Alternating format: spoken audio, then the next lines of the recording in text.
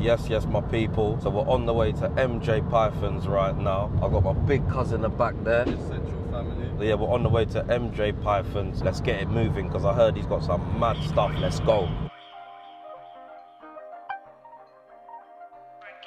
Yes, so we just got down to MJ Pythons. They got a mad collection of snakes, lizards, other bits and bobs. So I'll let them take you through what's going on. So yeah, God knows where we're gonna start. Fish is my background anyway. Before I was a snake breeder, I was a fish breeder. So what fish are in here? So you got the big guys, they're Oscars, Amazonian fish. So that would be a tiger Oscar and a red. And there is, you won't see it now, but there is a pleco, Plecostomus, typically the catfish, the ones that sort of stick to the glass. And there is another catfish in there as well. So it's nice, easy to maintain, nice to enjoy. Easiest thing in the house. Yes, it really is. And what turtles are these? They're Mississippi maps. Actually, to be fair, she's a false map. He's a Mississippi map. The difference is eye color and the banding. Okay. But they're related species. So Whoa. they're new. Yeah. So a lot of these are still growing in. But this is where we're moving all of our animals into. So these are bioactive enclosures. Essentially, maintenance in these enclosures is zero, apart from cleaning the glass and feeding and the occasional trimming of the plants. So, all these bioactives were built by us from scratch. Yes. So we buy the empty exoterras, and then I convert everything into bioactives. So And make the whole like the water waterfalls, system. the whole lot. This is actually housing morning geckos, which being nocturnal, it'll be a miracle if we can see. Alexa, make it rain. Did they just see that? Yo, man said make it rain. The Exoterra strip club. You know? What, every one of these are on and they're connected to Alexa? Yeah. You see there, you'll see the Azurus. So the Azurus will be sort of beginning to bed down for the evenings. There's about 5 or 6 in there. And there's one coming out of the coconut hide now. Now, usually you don't keep them in large groups, but these were all raised by us from tadpoles. So until we can actually work out what's female, what's male, we've got them raising up. Because mature females will fight. The males don't, so you can have as many males as you want, but you put 2 females in too small of a space, they start fighting. The idea of these enclosures, each one has a species of dart frog and a species of gecko. So that was the morning geckos, nocturnal, so they become very difficult to see in the day. Is that something there? The yellow thing?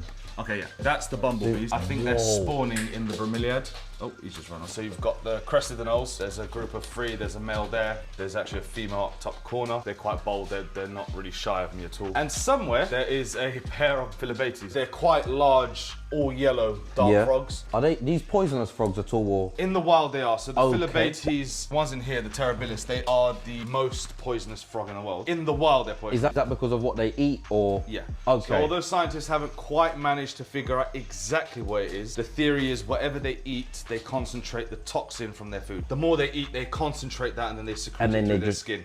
So in captivity, they're not... they don't have it because they don't have that natural prey source. Yeah, and is anything up in these ones? So they go by a few different names. Mossy gecko, Chahua gecko. They're a New Caledonian species. There's a pair in there. We've got a few eggs from them so far. They are jumpers. Wow, you see that? So these are another amphibian species that we're working with. These are fire salamanders. Wow. No, you wasn't chatting no rubbish, boy. You got some mad stuff. There is a chameleon there. He is, because I'm a teacher, I have animals. What do you like teaching like schools and stuff? Yeah, I'm a secondary school teacher for science. Kelly there, he actually is one of the animals in my classroom. He's staying with me in a temporary enclosure. Yeah. His enclosure at work looks something like this. Oh, bro. That's Janice and Mavis. Yes. What, you could build this under the stairs like this? All I did was take the door off, rebuild the door with different wood, and then away we went. See my brother MJ here, not ramping. Let me tell you this now, not ramping, bruv. So would you move them on outside later on, or? We've actually gotten to the point now where they are social enough to actually come out and sit in the garden and just run around the garden whilst we're there with them. They're cool with the dogs? They're cool with the dogs are cool with them. What? You'll find the dogs are cool with absolutely everything, from snakes to rats to chickens to cats, yeah. There's cats where? Princesses around somewhere. Oh my, hey brother, the cat's lit. Got, that's one buff cat, you know, cuz. They will eat everything and anything. Yeah, here you go. Yes, man. Yeah, let this one get a pepper. Come on then. Mavis or Janice, let's go. That's Janice. Ooh, yes. Janice is far more sweet in the way she takes things. Yeah. The other one's she's got a bit of a forward. bull head. Yeah, she's a bit forward, that one. I've never seen something like this before, bro. I'll be honest with you, man. You don't see this listen, you must be dying to get home from work, bro.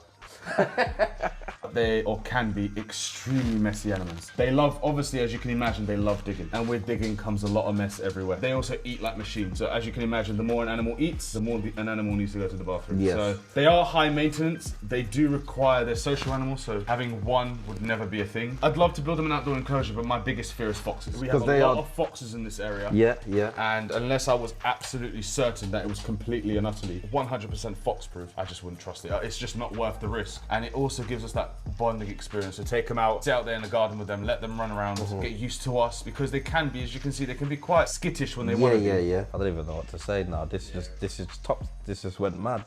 Make it rain. Meerkat manor. No, this is... It's a lot to take in. I bet a lot of people must be like, whoa, this is not a joke here. Like, we're serious about what we do. I mean, as far as the meerkats go, I would never recommend anyone go out of their way to source them. No, yeah. And this ain't a promo video for anyone to just go buy meerkats and do this. Obviously, you know, these men know what they're on. It's a pleasure to actually come here and see them. There's enough of them out there, to be honest. Serious? I didn't know that until I got them. We started researching, didn't we? Because you know, we got an alligator snapping turtle. Oh, nice. And we thought it was rare, like super rare, and then we realised there are a couple of them. There are some about. You tend to see common snappers more than the alligator snappers, but you'll go into some random tiny little pet shop in some market somewhere, and there'll just be an alligator snapper sitting in the tank. They're best friends. She'll bark at them through the door, and they'll sort of snap at her from the outside. And she has her own little bark just for them. So you like the one downstairs? Alexa, upstairs, Mr. On. So the systems.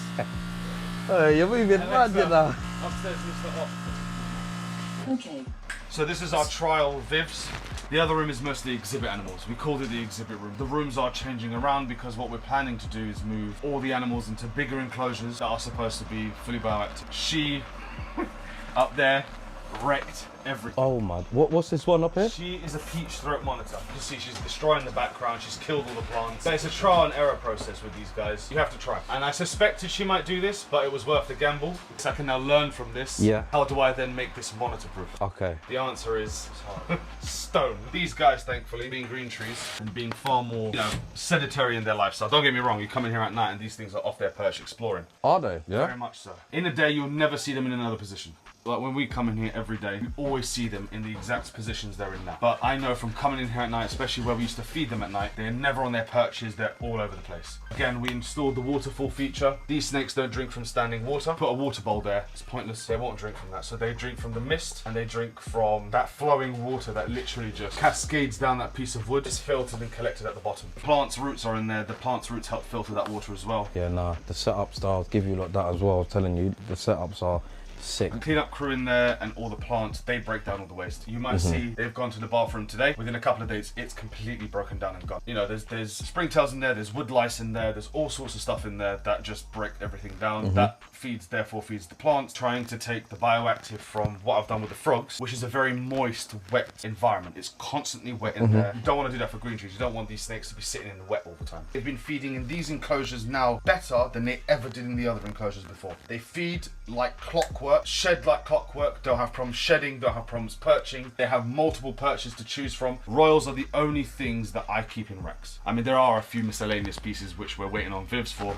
but they're the only real things that belong in racks in my opinion, because it suits them better than this. One of our passions that we'd like to move to is to work with the monitors. She's decided she's going to go to sleep and she's tucked her face into the background.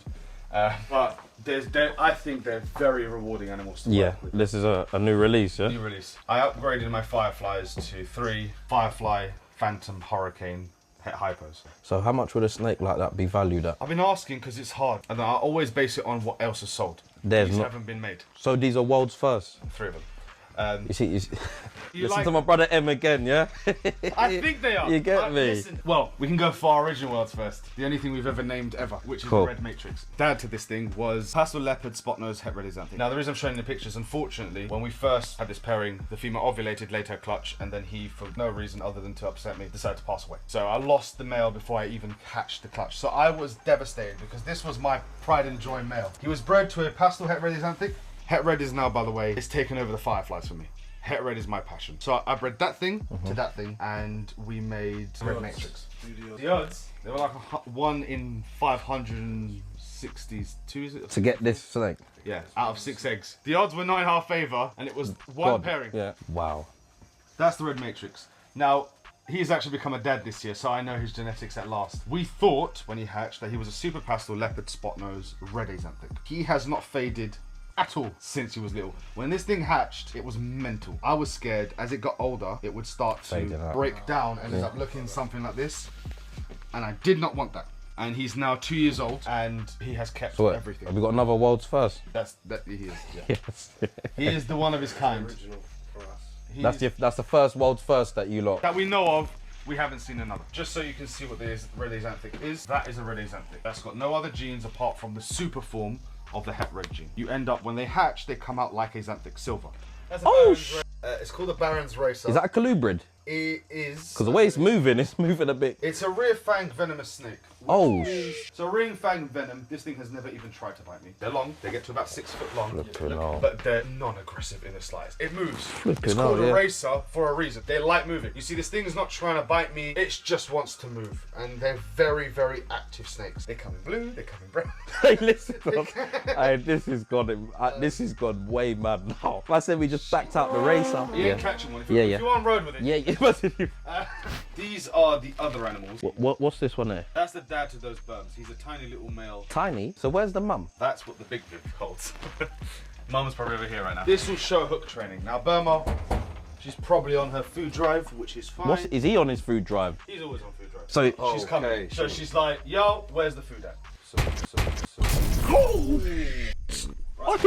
Oh my days. Hey, Do you want me to get him? behave yourself.